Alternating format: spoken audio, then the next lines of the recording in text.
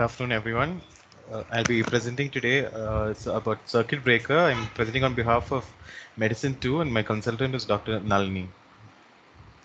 Okay, so going into the history of this patient, this is a 45-year-old man who 1 year ago noticed that he was having difficulty in lifting both his arms above his head. He also noticed that he had some pricking and tingling pain over both his lateral three fingers, and also he had an associated difficulty in bending those fingers. Then this continued, and 5 months ago, he realized that he was having inability to stick his tongue out. Also, he noticed that he's having a pulling pain on the hip, mostly on the right side, but on both sides.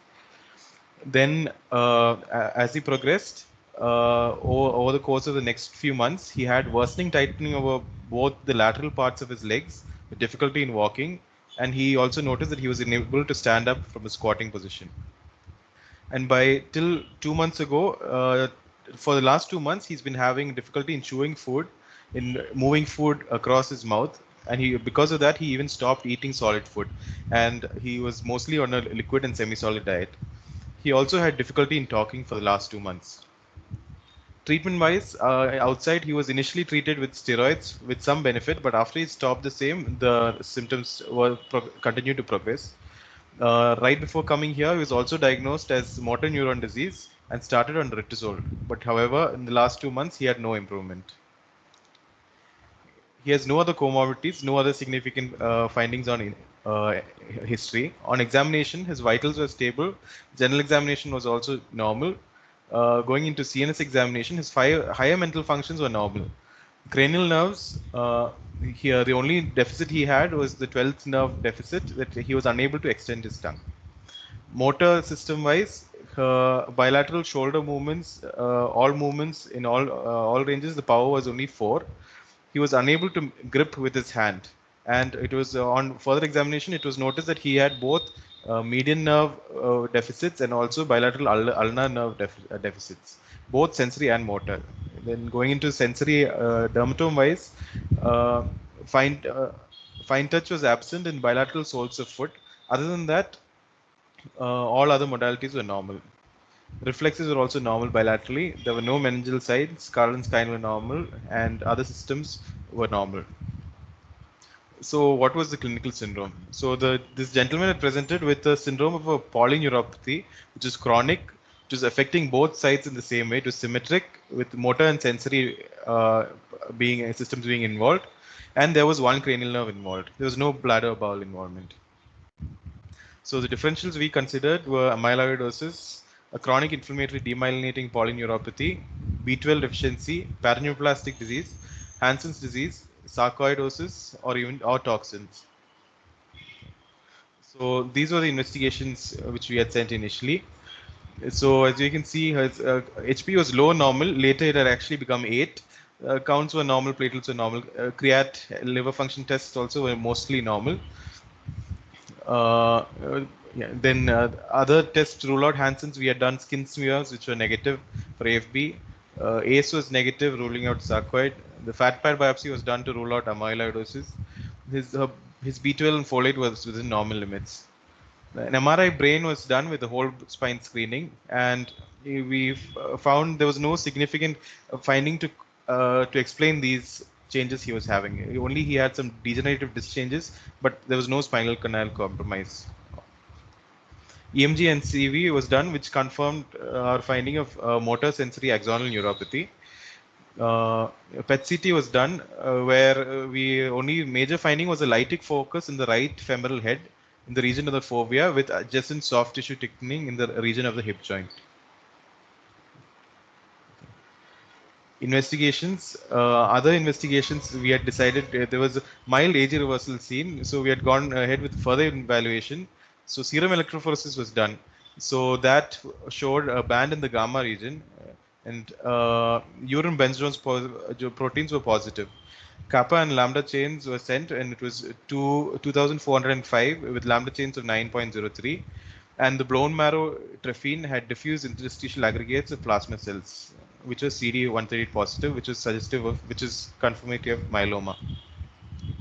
So the diagnosis here was a multiple myeloma, kappa light chain type, This is mainly diagnosed based on the IMWG criteria. So the patient had clonal bone marrow plasma cells more than 10%, anemia, and he had a bony lesion.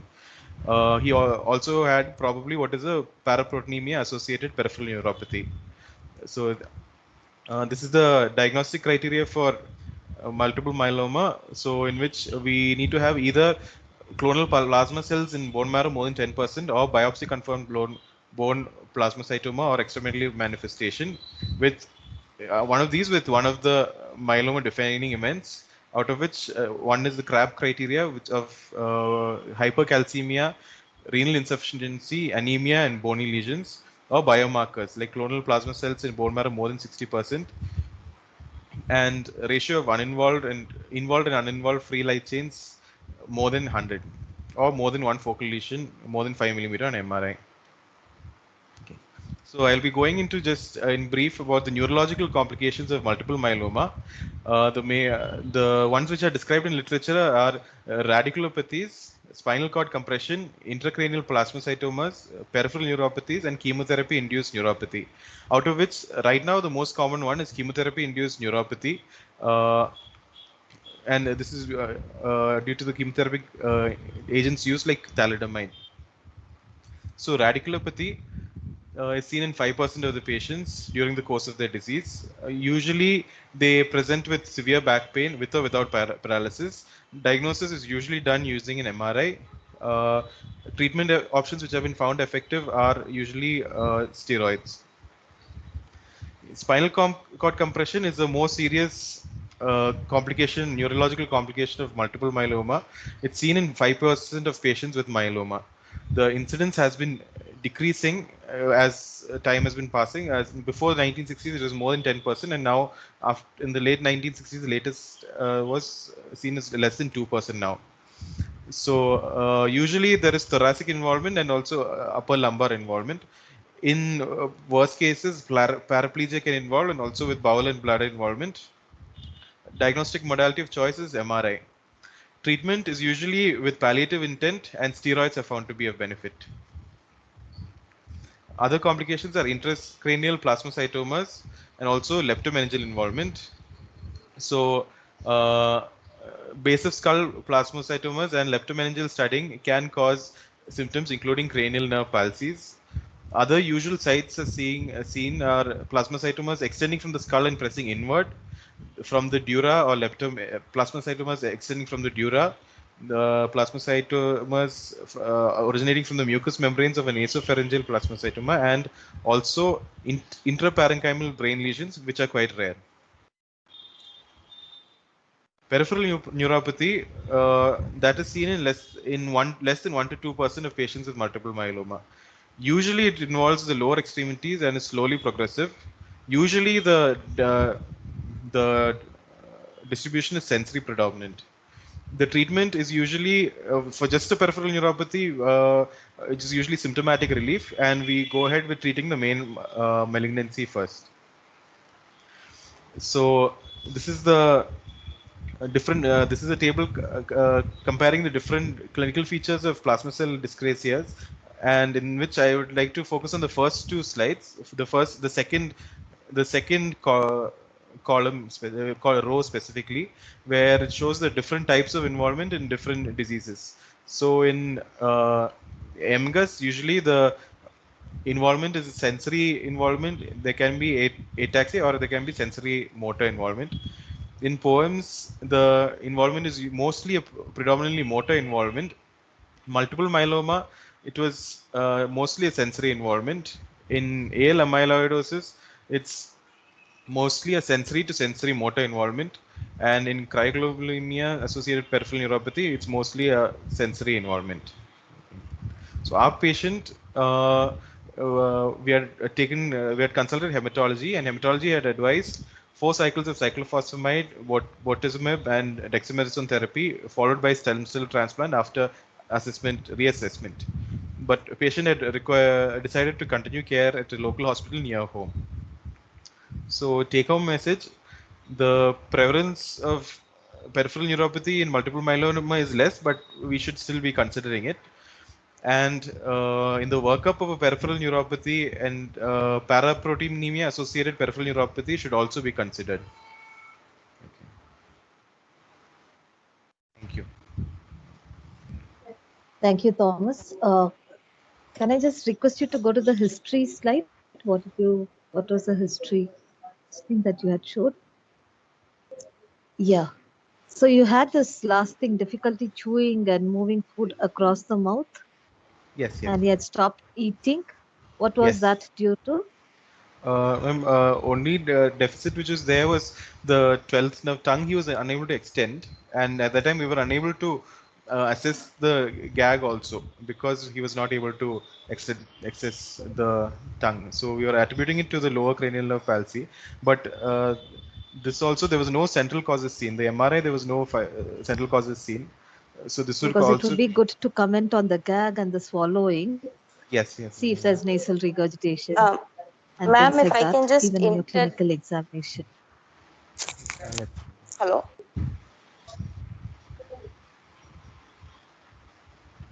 Ma'am.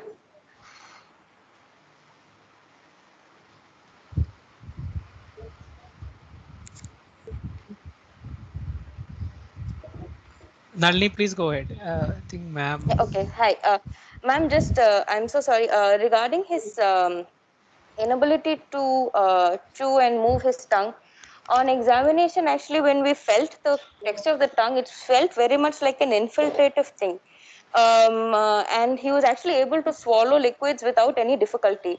So, and the reason why he wasn't able to open his mouth wide enough for us to depress the tongue to actively assess the gag, but he had never had any nasal regurgitation. There was never any cough post swallowing, and there was never any other difficulties with swallowing the liquids. He was just unable to move his tongue. It looked more on palpation of the tongue. It looked more like an infiltrative thing, which is why which we think is secondary to the thing. We don't actually think he had a cranial nerve involvement of the multiple myeloma. It looks more like an infiltrative pathology. His gag, otherwise on examination, was okay. Sure. Thank you, Nalini. Any comments from the other consultants, Dr. Sam, Dr. Harmin, OCA, sir?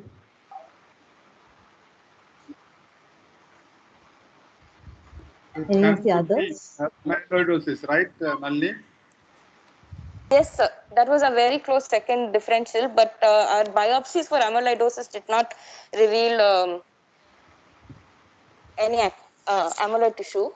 But that was a very close second differential for him.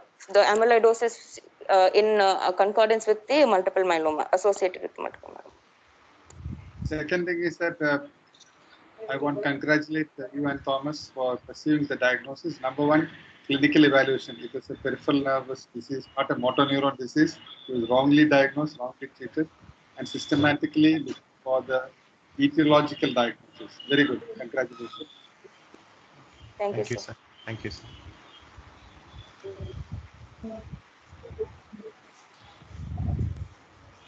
If there are no other comments, thank you, Thomas and Nalini.